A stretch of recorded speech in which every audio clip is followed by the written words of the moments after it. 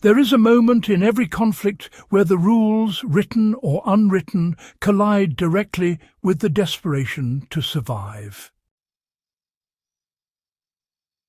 During the early and mid-20th century, as armies refined guerrilla strategy and militaries adapted to irregular threats, one tactic emerged that was so effective yet so ethically questionable that many nations agreed it had no place in formal warfare.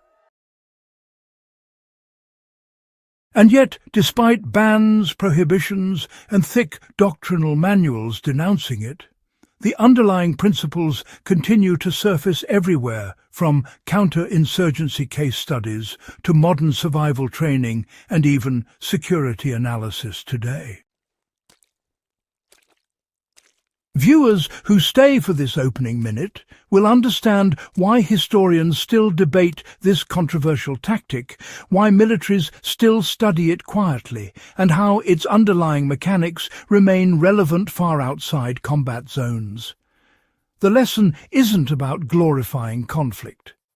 It is about understanding human patterns, exploiting attention blind spots, and uncovering how terrain and psychology intertwine to influence outcomes. Once you grasp those foundations, you gain a skill set that applies in wilderness travel security planning, emergency readiness, and even environmental awareness. The tactic was the use of decoy-triggered channelization, a method outlawed in many forms because it blurred the line between deception and unlawful engagement. At its core, it hinged on manipulating terrain, sightlines, and human instincts to force a group into a predictable path where the ambushing force could observe, track, or detain them. While ambushes themselves are not banned, certain forms of deceptive channelization were restricted because they exploited behavioral reflexes rather than battlefield choices. But the real story lies in the principles behind the tactic, principles that continue to influence modern planning and outdoor strategy. How this tactic turned terrain into a psychological trap. Decoy-triggered channelization relied on the predictable way humans respond to threat cues and visual stimuli. When a unit encountered something suspicious, whether it was a broken branch, misplaced equipment, or a faint trail that appeared safer than the surroundings, their instincts took over. Commanders, often assumed the terrain was giving them information about safety or danger. Early practitioners of this tactic understood that the mind completes patterns faster than the eyes actually confirm them. By planting a subtle visual prompt that suggested danger on one side and safety on the other, they guided movement without issuing a single command. The environment, in a sense, became the ambusher.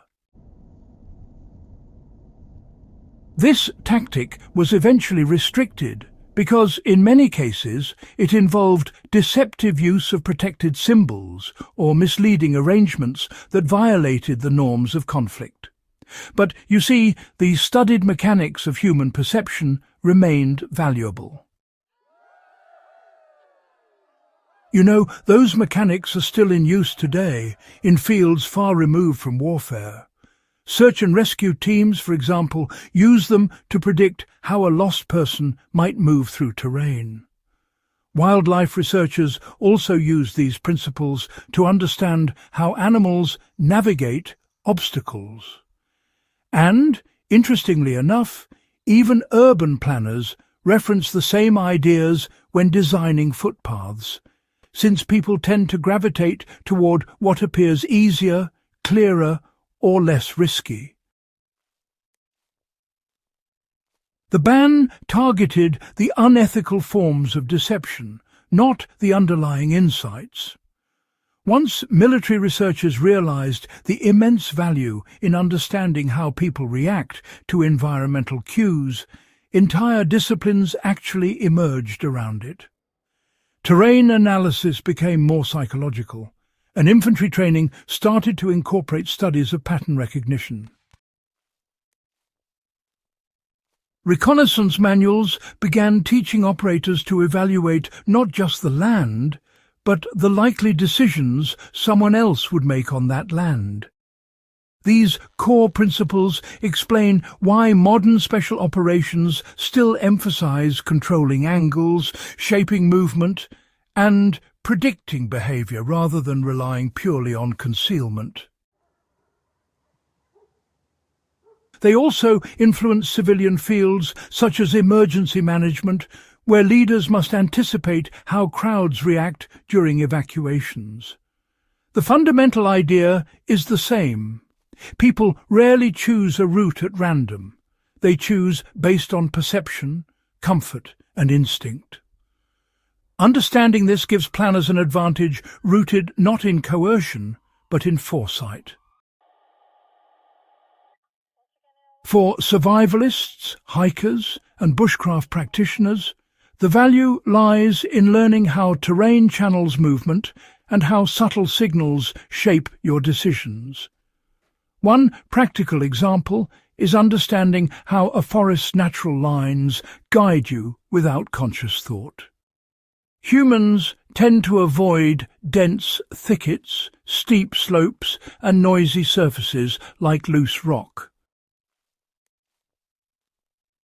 You can test this by, walking into unfamiliar ground and noticing which direction your eyes drift toward. That pull often reveals the path of least resistance, and being aware of it lets you avoid unintentional exposure, especially when moving through open or mixed terrain. Another application is in building shelters. When you choose a site, you are influenced by the same psychological cues that channelized early patrols. The trick is to step back and analyze the environment intentionally instead of just reacting to it. Ask yourself whether you are selecting the spot because it is truly safe and concealed, or because the terrain gently nudged you there. A third example involves tracking. Once you understand how humans naturally move through landscapes, you gain insight into how others may have traveled before you. This can help in lost person scenarios, group coordination, or simply reading an environment more deeply. And if you work in security or emergency planning, understanding these principles allows you to design spaces that naturally direct movement without force or confusion. Hospitals, schools, and event spaces already use this logic. The roots trace back to those Cold War and post-war studies derived from band channelizing tactics. Historians examine it not to celebrate it, but to understand why it was so effective and why it carried moral implications. The story reveals a shift in warfare where the mind became as much a battlefield as the terrain. It also highlights how insights born from conflict later shaped peaceful fields of study. The band ambush tactic represents a boundary line between necessity and ethics, between manipulation and strategy, and between survival and exploitation. Understanding it gives modern viewers a richer sense of how ideas evolve. Many of the most useful principles in today's outdoor skills, behavioral studies, and planning disciplines survived precisely because researchers stripped away the unethical components and kept the insights that help people move more safely and intelligently through the world. If this deep dive broadened your understanding of hidden tactics and the lessons they leave behind, make sure you subscribe to the channel, share this guide with fellow enthusiasts, and join us as we continue exploring the forgotten strategies that shaped history and still echo in the present.